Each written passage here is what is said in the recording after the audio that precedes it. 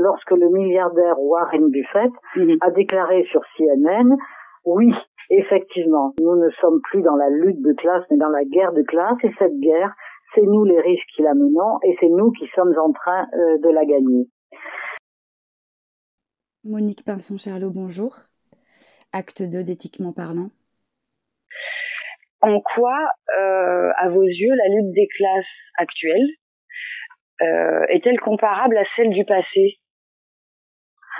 C'est-à-dire que c'est toujours comparable, puisque dans la mesure où la cause est toujours la même, ce sont les détenteurs des titres de propriété, alors de la propriété lucrative, pas la propriété de ma petite maison à moi ou de votre petit appartement à vous, la propriété des usines, la propriété des médias, la propriété des terres agricoles, la propriété des titres financiers que sont les actions et les obligations. Bref, aujourd'hui, comme tout est marchandisé, la moindre petite plante au fin fond de l'Inde fait l'objet d'un titre financier et l'objet de profit pour les actionnaires qui sont derrière. Donc, si vous voulez, ce qu'on peut dire, c'est que c'est comparable dans la mesure où c'est toujours la même cause, et ça, il faut jamais l'oublier, et en même temps, c'est différent, parce que le système capitaliste, pour toujours amasser plus de profit, enfin les capitalistes, pour amasser toujours plus de profit, ont toujours besoin de rebondir. Et quoi de mieux pour rebondir qu'une bonne catastrophe, qu'un bon virus, qu'un bon attentat, qu'un bel ouragan. Alors, si vous voulez, ils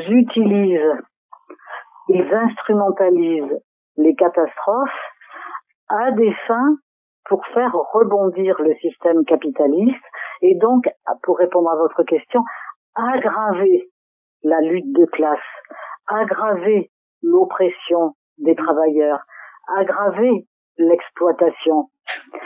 Mais il y a un moment où le capitalisme est un peu à bout de souffle, parce que les travailleurs sont, y compris dans les pays anciennement colonialistes comme la France, les pays riches, disons, les travailleurs aujourd'hui sont vraiment malmenés, mal payés, méprisés, ne sont plus que des coûts et des charges. Et il va leur en être demandé encore plus.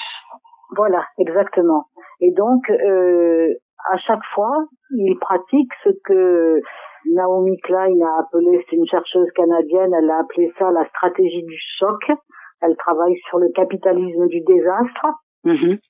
Et elle a montré comment, après les attentats du 11 septembre 2001 aux États-Unis, comment George Bush, immédiatement, il a su mettre en œuvre la stratégie du choc et tout de suite l'invasion de l'Afghanistan, de l'Irak et puis tout ce qu'il a fait qui n'avait rien à voir puisque avec les auteurs des attentats, puisque la majorité absolue était des gens d'Arabie Saoudite. Voilà.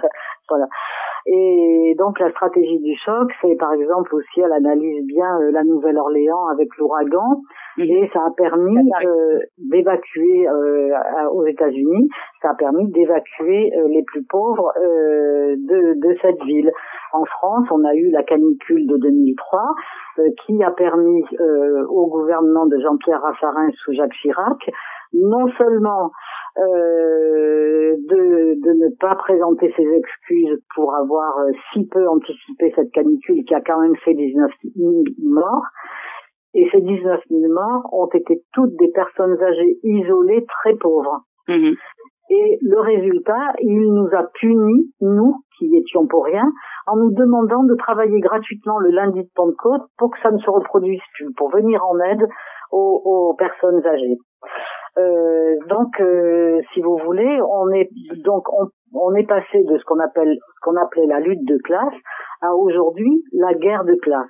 Et nous, on a pris cette hypothèse avec Michel depuis 2005, lorsque le milliardaire Warren Buffett a déclaré sur CNN, oui, effectivement, nous ne sommes plus dans la lutte de classe, mais dans la guerre de classe, et cette guerre, c'est nous les riches qui la menons, et c'est nous qui sommes en train de la gagner.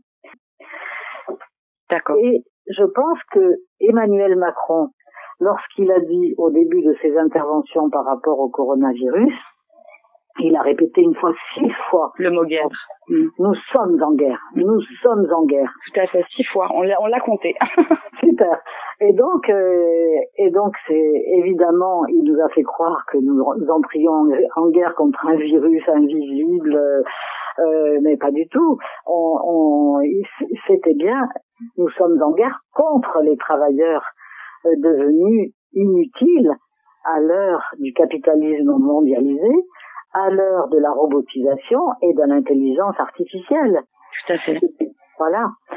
Et donc, d'ailleurs, profiter de ce confinement pour munir et pour munir la France de 5G. Enfin, il y a beaucoup à dire sur l'utilisation de ce qui va énormément rapporter d'argent à ces mêmes personnes qui font de la misère une aubaine finalement, dans ce que j'arrive à dire. Oui, et qui font, ils instrumentalisent les catastrophes. Alors, par exemple, je vous donne un exemple que j'ai emprunté à des chiffres de la Banque mondiale que je trouve extrêmement parlant. Vous avez remarqué que je vous ai pas bassiné de trop de chiffres. Hein. C'est adorable. Contrairement aux experts habitués des grands médias. Et donc, si vous voulez, ils sont tout de suite dit, là on a une aubaine.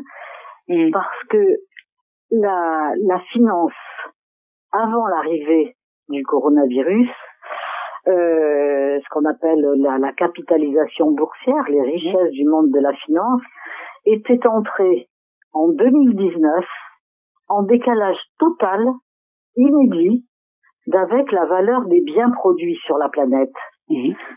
Un seul chiffre, il est terrifiant. 81 000 milliards d'euros ont été absorbés en une seule année 2019 par la finance, soit 10 fois plus que la croissance de l'économie réelle durant les 10 dernières années. Oui, c'est-à-dire que c'est un phénomène de bulle qui devient absolument extrêmement dangereuse pour la planète, pour les inégalités, pour un processus de financiarisation qui est d'une violence inouïe. Et d'ailleurs, avec le coronavirus, vous aurez remarqué et l'arrêt de l'économie, avec le confinement, que le processus de financiarisation s'est encore aggravé. Bien sûr. C'est-à-dire que les banques centrales ont, si vous voulez, en rachetant les titres des obligations et des actions aux détenteurs de ces titres, eh bien, ils permettent, c'est pas qu'ils aident l'économie réelle, c'est qu'ils aident la classe capitaliste à se maintenir et à pouvoir continuer à rétribuer les actionnaires. Puis je donnerai encore un autre exemple parce que quand même c'est trop sur la stratégie du choc. Vous me direz sincèrement si vous vous en êtes aperçu, pendant la pandémie, l'Union européenne a signé tout à fait discrètement un nouvel accord de libre-échange avec le Mexique, avec exemption des droits de douane sur la quasi-totalité des échanges de biens. Voilà, donc ça aggrave encore les circulations capitalistiques qui ont permis la diffusion du virus avec une rapidité tout à fait stupéfiante. Je vous remercie beaucoup pour avoir répondu à cette question. J'imagine que beaucoup de personnes se la posent. En tout cas, nous, avec la clique et les d'éthique, on se la pose.